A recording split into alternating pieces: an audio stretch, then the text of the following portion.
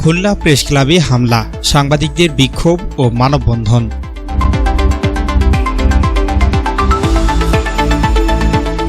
আসসালামু আলাইকুম।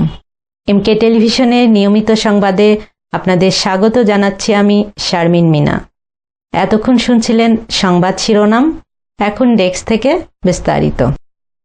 খুলনা প্রেস ক্লাবে বহিরাগত সন্ত্রাসীদের হামলা ও সাংবাদিকদের লাঞ্ছিত করার প্রতিবাদে উত্তাল হয়ে উঠেছে খুলনার গণমাধ্যম অঙ্গন। সোমবার দুপুরে প্রেসক্লাব প্রাঙ্গণে আয়োজিত এক বিশাল মানববন্ধন ও বিক্ষোভ সমাবেশ থেকে দোষীদের দ্রুত গ্রেপ্তার ও দৃষ্টান্তমূলক শাস্তির দাবি জানানো হয়েছে। সমাবেশে বক্তারা অভিযোগ করেন, আসন্ন প্রেসক্লাব নির্বাচন বানচাল করার সুদূর প্রসারী ষড়যন্ত্রের অংশ হিসেবে গত রোববার সন্ধ্যায় একদল সন্ত্রাসী ক্লাবে ঢুকে সাংবাদিকদের উপর বর্বরোচিত এই হামলা চালায়।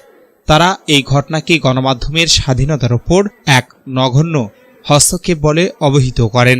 মানববন্ধনে প্রধান অতিথি হিসেবে উপস্থিত থেকে সংহতি প্রকাশ করেন খুলনা সিটি কর্পোরেশনের প্রশাসক নজরুল ইসলাম মঞ্জু।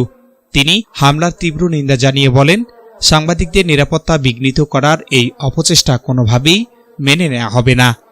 খুলনা প্রেস ক্লাবের আহ্বায়ক এনামুল হকের সভাপতিত্বে সমাবেশে আরও বক্তব্য রাখেন মেট্রোপলিটন সাংবাদিক ইউনিয়নের সভাপতি রাশিদুল ইসলাম এবং সাধারণ সম্পাদক আব্দুর রাজ্জাক রানা, সাংবাদিক নাহিদা আক্তার লাকি।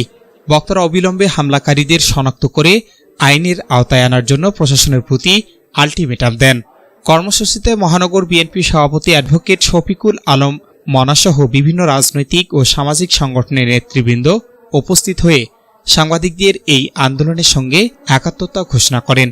এদিকে পুলিশ প্রশাসন জানিয়েছে তারা ইতিমধ্যে ঘটনাস্থল পরিদর্শন করেছে এবং অভিযুক্তদের গ্রেপ্তারে অভিযান অব্যাহত রয়েছে। S Rahman, news desk, MK television. শেষ করছি এমকে টেলিভিশনের নিয়মিত সংবাদ। এতক্ষণ সাথে থাকার জন্য সবাইকে অনেক অনেক ধন্যবাদ।